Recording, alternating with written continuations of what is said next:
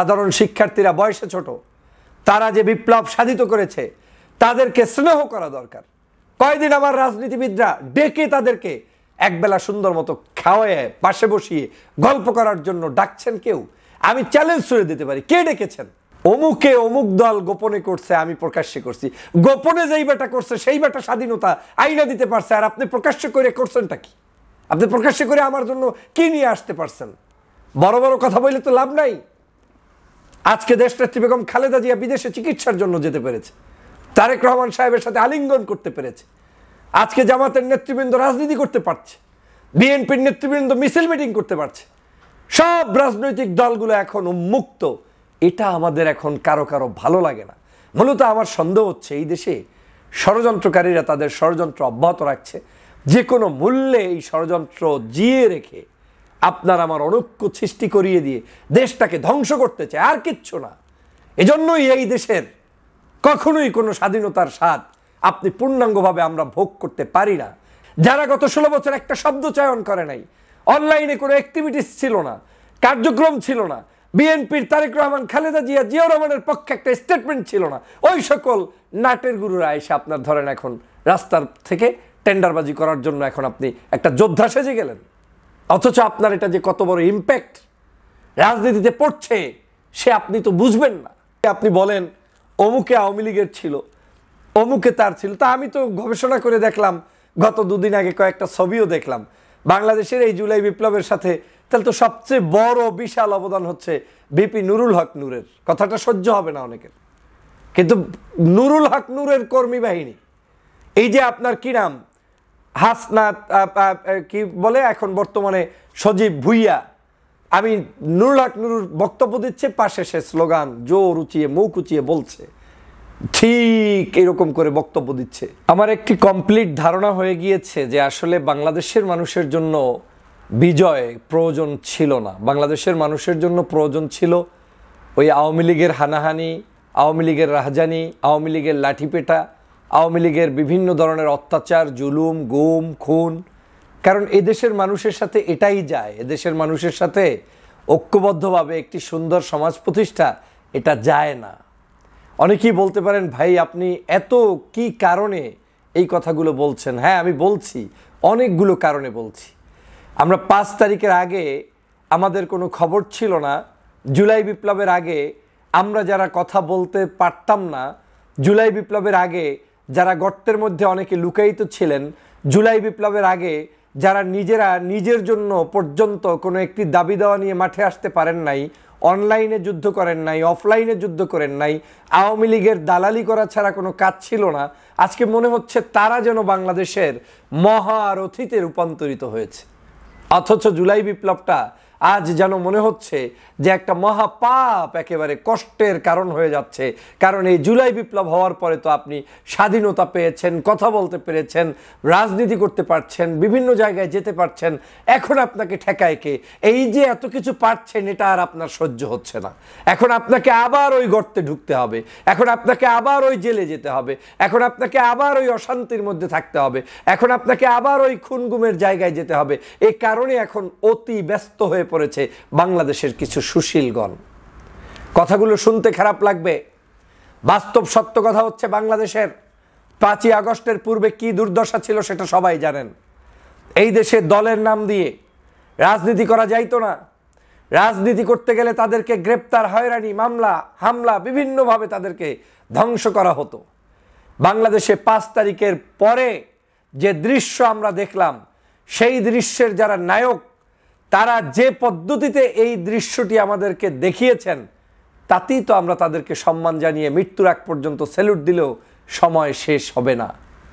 যদি আজকের 5ই আগস্টের এই নাহিদদের অবদান, এই আসিফদের অবদান, এই সার্জিসদের অবদান, এই হাসনাতের অবদান, কিংবা তাদের সাথে আরও যারা সমন্বয়ক রয়েছেন, বিশেষ করে টপ যারা লেভেলে রয়েছেন, যারা প্রতিনিয়ত বিভিন্ন জায়গা থেকে কষ্ট করে করে করে করে এই নেতৃত্বটা এখানে নিয়ে এসেছেন, তাদেরকে যদি আমরা ভুলে যাই, এর চাইতে আহাম্মকি আর কিছুই হবে না। এখন সেই ছাত্রবন্ধু আওয়ামী লীগের আমলে কি ছিল, কোন সময় তার পোস্টার ছিল, ছাত্র শিবিরের ঢাকা বিশ্ববিদ্যালয় শাখার সভাপতির কোন কমিটিতে পদ ছিল, সে গোপনে কেন ওই দল করেছে কিংবা তার সাথে যোগাযোগ আছে যেটা নিয়ে পূর্ণ ব্যাখ্যা সবাই দেওয়ার পরেও একদল মানুষ 24 ঘন্টা এগুলো নিয়েই ব্যস্ত আছে। মনে হচ্ছে যেন যারা এই জুলাই বিপ্লবটা করেছে ওরা মহা পাপের মধ্যে নিমজ্জিত হয়ে গিয়েছে। কথাগুলো এজন্য বলছি, বাংলাদেশের আজকের রাজনৈতিক দল যারাই থাকবেন, আপনারা বিরাট বিরাট রাজনৈতিক দল, কোনো সন্দেহ নাই। যত বড় রাজনৈতিক দল তত বড় আত্মা থাকতে হবে, তত বড় প্রশস্ত হৃদয় থাকতে হবে। প্রত্যেকটি বাচ্চা, একটা ছেলেও যদি কোনো মন্তব্য করে, বক্তব্য দেয়, সেখানে এসে একদল ওই শাহবাগী এসে সেখানে ঝাপটে পড়ে, মনে হচ্ছে যেন ওই বাচ্চাটাকে আর থাকতেই দিবে না। বয়সে আপনার অর্ধেক সমান না, তাকে নিয়ে আপনার যা যা চিত বক্তব্য মন্তব্য আপনি করতে গিয়ে আপনি নিজের 12টা তো বাজাচ্ছেন, আর আপনার 12টার কিছু আসে যায় না। আপনার তো কোনো পার্স নাই, জনগণ আপনাকে ভালোবাসে না, আপনাদের কোনো মূল্যায়নও নাই। কিন্তু আপনারা যাদের পক্ষে লেখালেখি করছেন, কলম যুদ্ধ করছেন, ভিডিও কন্টেন্ট ক্রিয়েট করছেন, ওই দলের 12টা বাজিয়ে তারপরে আপনারা বিদায় নেবেন। এটাই আজকের আমার কাছে মনে হচ্ছে। বাংলাদেশে যদি আপনি বাঁচতে যান, কম্বলের লোম বাঁচলে যেমন কোনো কিছু থাকে না, একজন রাজনীতিবিদ, একজন ব্যক্তি পাবেন না যাকে আপনি এইভাবে বাঁচলে একেবারে নির্ভেজাল, নির্ভুল, একেবারে সহিশুদ্ধ, সে কোনো রাজনৈতিক সংগঠন থেকে এরকম পাবেন না। সহিশুদ্ধ মানুষ হতে পারে না। রাজনীতির প্রেক্ষাপটে বাঁকে বাঁকে কে কখন কোন জায়গায় ছিল তাদের সেই সকল হিসাব করলে বাংলাদেশের আপনি আপনার পিওর মানুষ আপনি খুঁজেই পাবেন না। যে ব্যক্তি কাউকে আওয়ামী লীগ বানাচ্ছেন, ছাত্রলীগ বানাচ্ছেন, সেই ব্যক্তি নিজে আওয়ামী লীগ ছাত্রলীগের দালালি করেছেন, তার পূর্বের ইতিহাস খুঁজলে আপনি সেটা পাবেন। যে ব্যক্তি আর একজনকে শাহবাগ বানাচ্ছেন, সেই ব্যক্তি পূর্বের জমানায় শাহবাগের একজন সদস্য ছিলেন, আপনি খুঁজলে আপনার ব্যাকগ্রাউন্ড সেটা পাবেন। আমরা দেখছি কারেন্ট সিচুয়েশনে আপনি কি করছেন, বর্তমানের জন্য আপনি কি করছেন, এই মুহূর্তে আপনি আমাদের এই জুলাই বিপ্লবের জন্য কি করছেন। তাদেরকে আমরা সম্মানিত করছি, শ্রদ্ধা করছি, ভালোবাসছি, কারণ তারা আমাদের জন্য যা করেছে এটার প্রাপ্তি আমাদের ওই 17 বছর যে লুৎফুজ্জামান বাবর জেলের মধ্যে ছিল, ওনাকে জিজ্ঞেস করলে পাবেন যে জেলে থাকার শাস্তিটা কি। যারা যারা মামলা হামলার জর্জরিত ছিল তাদেরকে খুঁজলে পাবেন কত লক্ষ টাকা তাদের প্রতি বছর খরচ হইতো শুধু মামলা হামলা থেকে বের হতে। অসহ্য যন্ত্রণা হয়ে গিয়েছে আপনাদের। এখন টক্কর লাগাতেই হবে, কে কোন দল করে সাবেত করে প্রমাণ করে দেখাইতেই হবে। বাংলাদেশের বড় বড় রাজনৈতিক দলের ত্যাগ কেউ স্বীকার করুক কিংবা না করুক, বাংলাদেশের মানুষ তো জানে বিএনপির ত্যাগ কি, জামাতের ত্যাগ কি, আপনার কি বলে ইসলামী আন্দোলনের ত্যাগ কি, অন্য অন্য রাজনৈতিক দলের ত্যাগ কি। যে যেখান থেকে রাজনীতি করছেন প্রত্যেকেরই তো ত্যাগ এদেশের মানুষ ভালো করে জানে। মানুষ কি জানে না যে বিএনপির নেতাকর্মীগুলো জেলে কতগুলো গিয়েছে? মানুষ কি জানে না যে আজকের শাহবাগের এই 13 সালের তৈরি করে জামাতের নেতাগুলোকে হত্যা করা হয়েছে, সাইদিকে মৃত্যুর কোলে ঢুলে দেওয়া হয়েছে? মানুষ কি জানে না চরমনায়ের পীরের দাঁত ফেলে দেওয়া হয়েছে, রক্ত ঝরানো হয়েছে? এগুলো তো নতুন কোনো বিতর্ক তো নয়। এখন নতুন করে কারা এগুলো বিতর্ক সৃষ্টি করে আপনারা আবার এই ঘোলা পানিতে মাছ শিকার করার চেষ্টা করছেন? সাধারণ শিক্ষার্থীরা বয়সে ছোট, তারা যে বিপ্লব সাধিত করেছে তাদেরকে স্নেহ করা দরকার। কয়দিন আমার রাজনীতিবিদরা ডেকে তাদেরকে একবেলা সুন্দর মতো খাওয়ায় পাশে বসিয়ে গল্প করার জন্য ডাকছেন কেউ? আমি চ্যালেঞ্জ ছুড়ে দিতে পারি, কে ডেকেছেন? তাদেরকে সংবর্ধিত করা উচিত ছিল। আমরা কি সেটা করতে পেরেছি? আমরা পারছি কি? অমুকে অমুক দল গোপনে করছে, আমি প্রকাশ্যে করছি। গোপনে যেই বেটা করছে সেই বেটা স্বাধীনতা আইনা দিতে পারছে, আর আপনি প্রকাশ্যে করে করছেনটা কি? আপনি প্রকাশ্যে করে আমার জন্য কি নিয়ে আসতে পারছেন? বড় বড় কথা বললে তো লাভ নাই। আজকে দেশনেত্রী বেগম খালেদা জিয়া বিদেশে চিকিৎসার জন্য যেতে পেরেছে, তারেক রহমান সাহেবের সাথে আলিঙ্গন করতে পেরেছে। আজকে জামাতের নেতৃবৃন্দ রাজনীতি করতে পারছে, বিএনপির নেতৃবৃন্দ মিছিল মিটিং করতে পারছে। সব রাজনৈতিক দলগুলো এখন উন্মুক্ত। এটা আমাদের এখন কারো কারো ভালো লাগে না। মূলত আমার সন্দেহ হচ্ছে এই দেশে ষড়যন্ত্রকারীরা তাদের ষড়যন্ত্র অব্যাহত রাখছে, যে কোনো মূল্যে এই ষড়যন্ত্র জিয়ে রেখে আপনার আমার অনৈক্য সৃষ্টি করিয়ে দিয়ে দেশটাকে ধ্বংস করতে চায়, আর কিচ্ছু না। এজন্যই এই দেশের কখনোই কোনো স্বাধীনতার স্বাদ আপনি পূর্ণাঙ্গভাবে আমরা ভোগ করতে পারি না, কারণ আমরা অর্জন করি সেটাকে রক্ষা করার জন্য যে বিশাল হৃদয় দরকার, সেই হৃদয়টা আমাদের নেই। আলোচনা করতে গেলে এখন কারা এগুলো করে?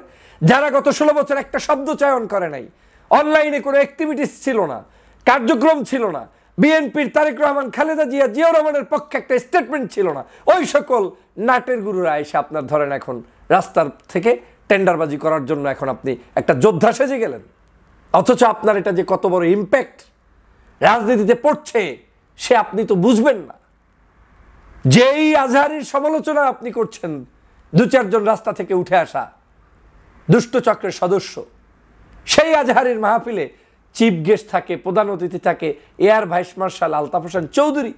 সেই আজহারীর মাহফিলে বক্তব্য দেয় আমাদের বিএনপি নেতা সালাউদ্দিন সাহেব অনলাইনে। সেই আলতাফ হোসেন চৌধুরীর সহ এরা যে যারা উপস্থিত হয়েছে তারা কি আপনার চেয়ে কম বোঝে? না। কিন্তু এই মানুষগুলো বিতর্ক সৃষ্টি করে আপনার এই দলের সুনাম নষ্ট করার জন্য 24 ঘন্টা বসে আছে। অথচ এই বাংলাদেশের স্বাধীনতার পরে প্রথম বক্তব্য দেশনেত্রী বেগম খালেদা জিয়া দিয়েছিলেন, তার বক্তব্যের মধ্যে 4 মিনিটের বক্তব্যের 4 মিনিটই ছিল ছাত্র বান্ধব। এখনো তারেক রহমান সাহেব যে বক্তব্য দেয় আমি খেয়াল করে দেখেছি ছাত্র বান্ধব বক্তব্য। হোক না তারেক রহমানকে নিয়ে কেউ মন্তব্য করুক, হোক না খালেদা জিয়াকে নিয়ে কেউ মন্তব্য করুক, হোক না বিএনপি নিয়ে কেউ মন্তব্য করুক, কিন্তু যদি বিপ্লবের সাথীরা সেটা করে আপনার মুখ চুপ রাখেন, দেখেন কি হয়।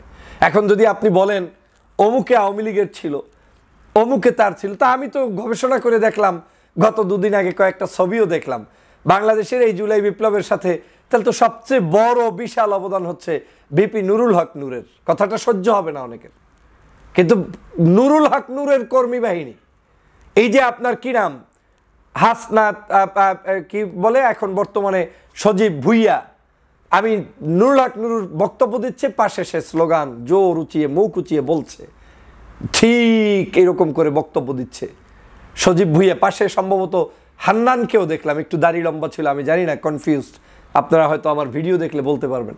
আমি তাদেরকে দেখলাম, এই গণ অধিকারের এই অনেক ছেলে পেলে, এবং এই আপনার নাহিদও সম্ভবত ছিল কিনা এক্স্যাক্টলি আমি জানি না, তবে আক্তার ভাইটাই সহ এরা তো সবাই তার সাথে ছিল। তারপরে আপনার এই যে কি নাম বলে অন্য অন্য রাজনৈতিক দল করেছে, সেই রাজনৈতিক দল থেকে নেতাগুলো এসেছে, শিবিরের ছেলেপেলে এসেছে।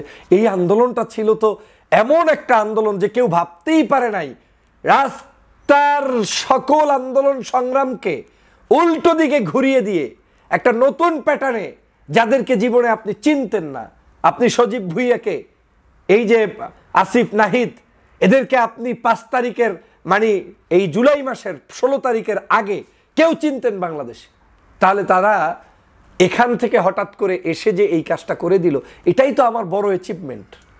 এটার সাথে তো আমাদের আর কোনো কিছু করার প্রয়োজন নেই, আমাদের তো তাদেরকে নিয়ে খোঁচাখুচির প্রয়োজন নেই। এটা যত করতে যাবেন তত আপনিই ক্ষতিগ্রস্ত হবেন। তারা বলবে, বলুক, বয়সের কারণে বলবে, বাস্তবতার নিরিখে তার ভালোর জন্য বলবে।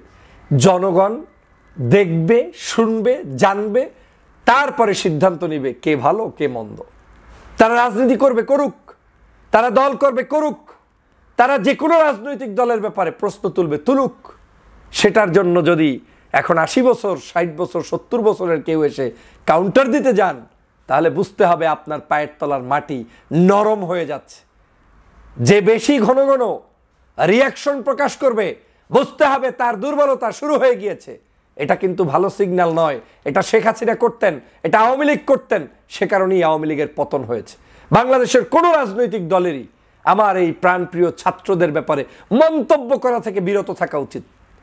এরা রাজনৈতিক দল করার পরে, প্রতিষ্ঠিত হওয়ার পরে আপনি প্রয়োজনে মন্তব্য করেন, তখন রাজনৈতিক দলের নেতা হিসেবে ক্রস টকিং থাকবে। স্টিল তারা আমাদের এই জুলাই বিপ্লবের মহারথী হিসেবে তাদেরকে সম্মান জানানো, এটা আমার নৈতিক দায়িত্ব বলে মনে করি। সে কারণে আজকের এই বক্তব্য রেখেছি। সবাই ভালো থাকবেন, সুস্থ থাকবেন। আল্লাহ হাফেজ।